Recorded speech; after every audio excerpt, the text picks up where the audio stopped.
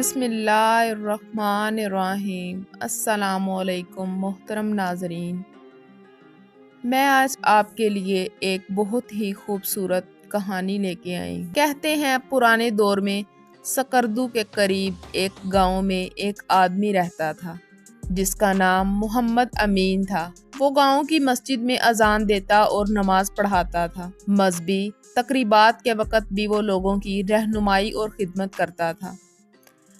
گاؤں کے لوگ اس خدمت پر اسے کچھ نہ کچھ دے دیا کرتے تھے۔ وہ خود کسی سے کچھ نہ مانگتا تھا۔ ایک دن اس کی بیوی نیک بخت نے اسے کہا، ہم اب ماشاءاللہ 3 ہیں، ایک آپ، دوسرا ہمارا بیٹا اصغر اور تیسری میں۔ خرچ بڑھ گیا ہے، گزارا نہیں ہوتا۔ وہ کہنے لگا، بلی لوگ، تو سچ کہتی ہے، میں مسجد میں اذان دیتا ہوں، نماز پڑھاتا ہوں، عید شب برات پر جو خدمت ہو سکتی ہے لوگ کرتے ہیں، اب تو کیا چاہتی ہے؟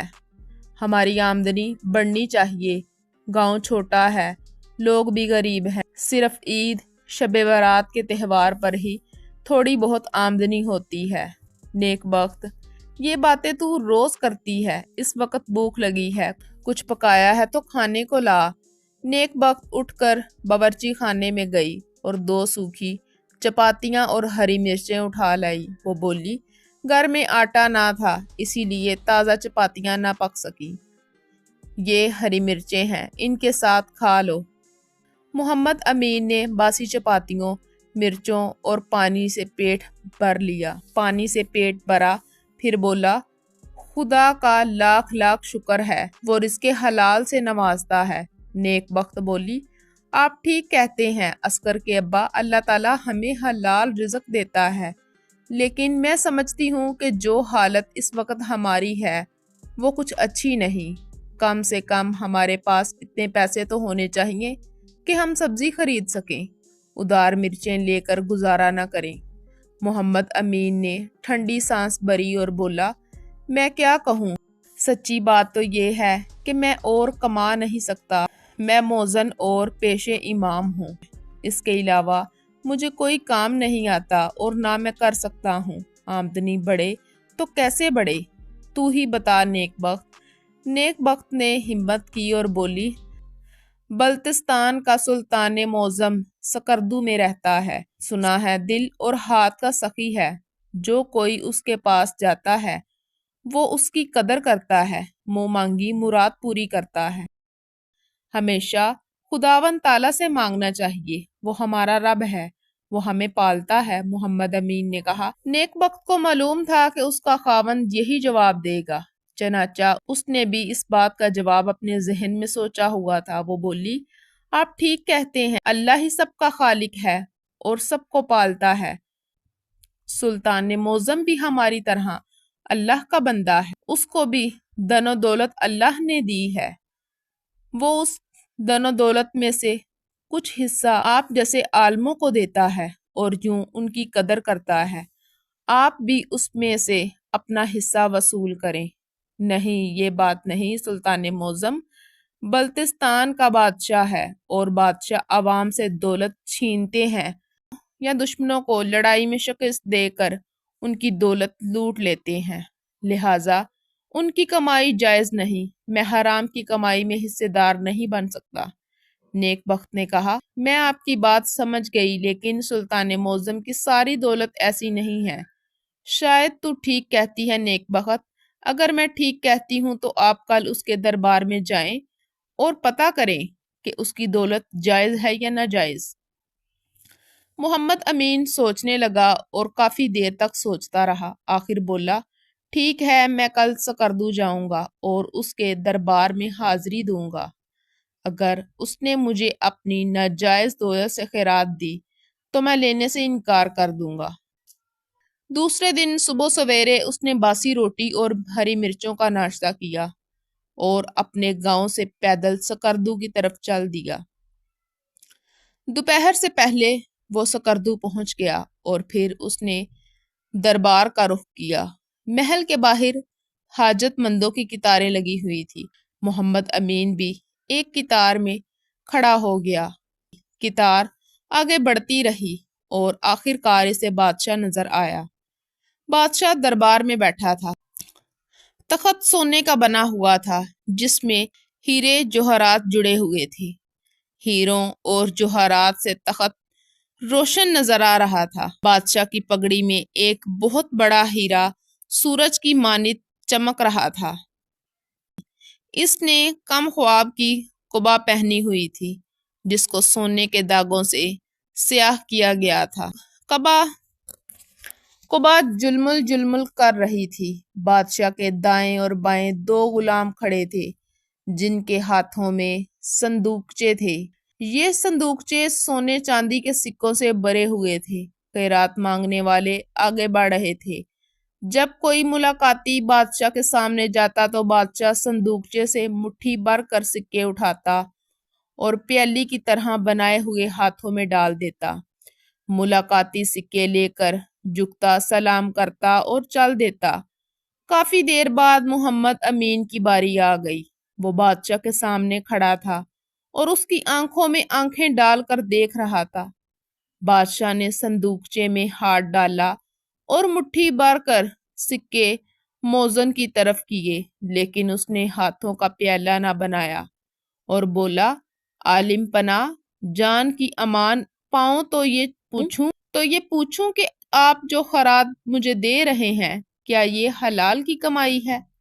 کیا مطلب ہے آپ کا؟ بادشاہ بولا، میں نے عرض کیا ہے کہ جو خیرات آپ مجھے دے رہے ہیں کیا یہ آپ کے خون پسینے کی کمائی ہے؟ محمد امین نے کہا۔ بادشاہ یہ سن کر ہکا بکا رہ گیا۔ اس کی مٹھی کے سکے صندوقچے میں گر پڑے اور وہ غصے میں بولا، کیا آپ کو یہ پتا نہیں کہ بادشاہ عام لوگوں کی طرح محنت مزدوری کر کے مال و ورثہ اکٹھا نہیں کرتے؟ وہ کمانے کے لیے پسینہ نہیں بہاتے۔ ان کی آمدنی کے اور بہت سے طریقے ہوتے ہیں۔ اگر یہ بات ہے تو میں آپ سے خیرات نہیں لوں گا۔ میں ایسی دولت میں سے حصے دار نہیں بن سکتا جو پسینہ بہا کر یعنی محنت کر کے حاصل نہ کی گئی ہو۔ میرے عقیدے کے مطابق وہ ناجائز دولت ہے۔ بادشاہ یہ سن کر خاموش ہو گیا۔ وہ جب تخت پر بیٹھا تھا تو اس نے اپنے آپ سے ایک وعدہ کیا تھا کہ کسی کو خالی ہاتھ نہ جانے دوں گا۔ اگر یہ ضرورت مند شخص اس کے دروازے سے خالی ہاتھ چلا جاتا تو اس کا وہ وعدہ ٹوٹ جانا تھا جو اس نے اپنے آپ سے کیا تھا۔ محمد امین جانے لگا تو بادشاہ نے سوچ کر کہا، آپ آج خالی ہاتھ چلے جائیں اور کل شام میرے پاس آئیں۔ میں وعدہ کرتا ہوں کہ آپ کو کل شام وہ سکے دوں گا جو میں نے خون پسینہ ایک کر کے کمائے ہوں گے۔ تم وعدہ کرتے ہو کل شام آؤ گے؟ ہاں، میں وعدہ کرتا ہوں کل شام آپ کی نیک کمائی سے حصہ لینے ضرور آؤں گا۔ محمد امین نے یہ کہا اور واپس اپنے گاؤں کی طرف چل دیا۔ بادشاہ نے دوسرے لوگوں میں خیرات تقسیم کی اور پھر اپنی خوابگاہ میں چلا گیا۔ ملکہ نے اسے فکر مند دیکھا تو پوچھا، حضور پریشان نظر آتے ہیں آج؟ ہاں ملکہ عالیہ، میں آج پریشان ہوں۔ بادشاہ بولا، آج دربار میں ایک شخص خیرات لینے آیا اور بولا کہ وہ میری اس کمائی سے خیرات لے گا جو میں نے خود محنت کر کے حاصل کی ہو۔ ظاہر ہے میرے پاس ایسی کمائی نہیں ہے جو میں نے محنت مزدوری کر کے حاصل کی ہو۔ عالم پناہ، میں نے اسے کیا کہا؟ کیا وہ خیرات لیے بغیر لوٹ گیا؟ ہاں، وہ چلا گیا، البتہ وہ کل شام پھر آئے گا۔ میں نے اسے کہا ہے کہ وہ مجھے ایک دن دے دے تاکہ میں اسے حق حلال کی کمائی سے خیرات پیش کر سکوں۔ حق حلال کی کمائی وہ کہاں سے آئے گی؟ حضور کی ساری دولت تو عام لوگوں کی دولت ہے یا آپ کے دشمن کو مار پیٹ کر ان کے خزانوں سے لوٹی ہے۔ ملکہ عالیہ، آپ نے سچ کہا، صورتحال وہی ہے جو آپ نے بتائی، لیکن میں اس نیک دل شخص کو اپنے ہاتھ کی کمائی سے خیرات دوں گا، اسی لیے میں نے اس سے ایک دن مانگا ہے۔ کل سارا دن آپ کے پاس ہے، کیا کل آپ مزدوری کریں گے؟ ہاں ملکہ عالیہ، میں کل بیس بدل کر گھر سے نکلوں گا اور مزدوری کروں گا۔ بادشاہ نے کپڑے بدلے، کھانا کھایا اور سو گیا۔ اسے اگلے دن ایک عام مزدور بن کر کام تلاش کرنا تھا۔ اگلے دن وہ سکردو کے گلی کی چوں میں کام کی تلاش میں گھومنے لگا۔ کوئی شخص بھی اسے نہ پہچان سکا۔ وہ بلتستان کا بادشاہ سلطان معظم ہے۔ اس نے ایک دو گھروں میں کام کی درخواست کی، لیکن کسی نے اس کی درخواست پر توجہ نہ دی۔ کوئی اسے منڈی سے سودا سلف لا کر دینے کے لیے بھی تیار نہ تھا۔ وہ ایک لکڑہارے کے پاس گیا، لیکن اسے بھی اس کی مدد کی ضرورت نہ تھی۔ وہ ایک کھیت میں گیا اور کسان سے کہا کہ وہ نلائی کر کے 4 پیسے کمانا چاہتا ہے، لیکن کسان نہ مانا۔ گاؤں میں ایک شخص مکان بنوا رہا تھا۔ وہ اور راج مزدور کام کر رہے تھے۔ بادشاہ مالک مکان سے ملا تو مالک مکان نے اسے چشمے سے پانی لانے کے لیے کہا تاکہ مٹی گارے سے دیواروں کو چنا جا سکے۔ پانی لانے کے لیے مالک مکان نے اسے کچا گڑا دیا اور بادشاہ چشمے سے گڑا بھر بھر کر لانے لگا۔ یہ کام بادشاہ کے لیے بہت مشکل تھا، کیونکہ اس نے کبھی بھی پانی کا بھرا ہوا کچا گڑا سر پر رکھ کر پھرتیلی پک ڈنڈی پر سفر نہ کیا تھا۔ وہ 2 گھڑے بھر کر لایا اور تھک گیا۔ اب وہ چاہتا تھا کہ یہ کام چھوڑ دے، لیکن اسے محمد امین سے اپنا وعدہ یاد آیا اور وہ پھر تیسری بار پھر چشمے سے پانی لینے کے لیے چل پڑا۔ چوتھی بار وہ پانی لا رہا تھا تو تھکاوٹ کی وجہ سے اس کا پیر ڈگمگایا، سے لڑکھا اور نیچے گر کر ٹوٹ گیا۔ مالک مکان کو سخت غصہ آ رہا تھا۔ اس کا نقصان ہوا تھا۔ اس نے بادشاہ کو خون خوار نظروں سے دیکھا اور بولا، نکمے آدمی، یہ تم نے کیا کر دیا؟ کام بھی پورا نہ کیا اور گھڑا بھی تباہ کر دیا۔ جاؤ، بھاگ جاؤ یہاں سے، لیکن یہ لو اپنی مزدوری۔ مالک مکان نے اس کی طرف 2 پیسے پھینکے جو اس نے اٹھا لیے۔ وہ مزدور بادشاہ 3 گھڑے پانی لایا تھا۔ اس طرح اب تک اس نے 3 پیسے کمائے تھے، یعنی فی گھڑا 1 پیسہ۔ تم نے گھڑا توڑ دیا جس کی قیمت 1 پیسہ تھی۔ وہ قیمت میں نے کاٹ کر تجھے 2 پیسے دے دیے ہیں۔ اب اپنے گھر جاؤ۔ بادشاہ تھکے تھکے قدموں سے سکردو کی طرف چل دیا۔ محل میں آ کر اس نے لباس بدلا اور دربار میں آ گیا۔ محمد امین آ چکا تھا اور اس کا انتظار کر رہا تھا۔ بادشاہ نے اسے 2 پیسے دیے اور بولا، نیک دل انسان، یہ لو 2 پیسے، میں نے اپنا پسینہ بہا کر کمائے ہیں۔ یہ میرے عوام سے لی گئی کمائی نہیں ہے۔ بادشاہ سلامت، اگرچہ یہ تانبے کے سکے ہیں، لیکن میرے لیے سونے کے سکوں سے بھی زیادہ۔ بادشاہ کو جھک کر سلام کیا اور تانبے کے 2 پیسے کے سکے لے کر گھر آ گیا۔ جب اس کی بیگم نے اپنے خاوند کو دیکھا تو خوش ہو کر آگے بڑھی اور دروازے پر کھڑی ہو کر بولی، بادشاہ سلامت نے آپ کو کیا دیا ہے خیرات میں؟ محمد امین نے تانبے کے 2 سکے اس کی تھیلی پر رکھے اور بولا، بادشاہ نے اپنا وعدہ پورا کیا۔ میں نے آج خود مزدوری کر کے صرف 2 پیسے کمائے جو اس نے مجھے دے دیے۔ یہ سکے اب آپ کے پاس ہیں، ان کو جس طرح چاہو خرچ کرو۔ میں اذان دینے کے لیے مسجد کی طرف جا رہا ہوں، کیونکہ اذان کا وقت ہو گیا ہے۔ یہ کہہ کر محمد امین مسجد کی طرف چل دیا۔ اس کی بیوی کو بہت غصہ آیا کہ اس کا خاوند 2 دن بادشاہ کے پاس گیا اور صرف تانبے کے 2 پیسے لایا۔ اس نے وہ 2 پیسے پکڑ کر اس گملے میں پھینک دیے جس میں لاجوونتی کا پودا لگا ہوا تھا۔ وہ شام کو روزانہ گملے میں پانی ڈالتی تھی تاکہ یہ پودا ہرا بھرا رہے اور جلد پھول لائے۔ اس نے پودے کو پانی دیا، جس سے دونوں سکے مٹی کے اندر سما گئے اور نظروں سے اوجھل ہو گئے۔ ایک شام نیک بخت نے دیکھا کہ لاجوونتی کے پودے کے ساتھ ایک اور پودا اگ آیا ہے۔ گملے میں اکثر پودے اسی طرح اگتے تھے، جنہیں وہ اکھاڑ کر پھینک دیتی تھی۔ یہ پودا دوسرے عام پودوں سے بہت مختلف تھا۔ وہ اسے دیکھ کر حیران ہوئی۔ اس نے سوچا، دیکھتے ہیں یہ بڑا ہو کر کیسا لگتا ہے، اس کے پتے کیا روپ اختیار کرتے ہیں۔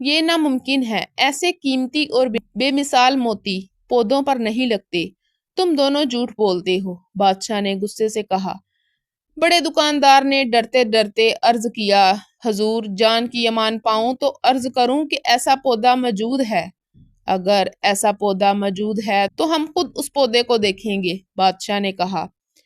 بادشاہ اسی وقت جانگلے پہنچا اور موزن کے گھر گیا۔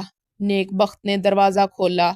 اس کے سامنے بلتستان کا بادشاہ سلطان موزم کھڑا تھا۔ وہ بولا، ہم وہ پودا دیکھنا چاہتے ہیں جس پر بے مثال سفید موتیوں کا پھل لگتا ہے۔ نیک بخت حیران پریشان کھڑی تھی۔ جب اس نے موتیوں کے متعلق سنا تو خوشی سے پکار اٹھی، میں پہلے ہی سوچتی تھی کہ یہ پھل نادر ہے۔ وہ بھاگ کر گئی اور لاجو تنی کا گملہ اٹھا لائی۔ بادشاہ گملے کو گما پھرا کر دیکھنے لگا۔ اچانک اس کے ہاتھ سے گملہ گرا اور ٹوٹ گیا۔ پودے کی جڑیں نظر آنے لگی اور سکے بکھر گئے۔ ارے تانبے کے سکے، یہ پودا تو تانبے کے سکوں سے پھوٹتا ہے، نیک بخت بولی۔ محمد امین مسجد سے گھر آ گیا تھا۔ وہ آگے بڑھا اور بولا، بادشاہ سلامت، آپ کو یاد ہوگا آپ نے مجھے تانبے کے 2 سکے خیرات میں دیے تھے۔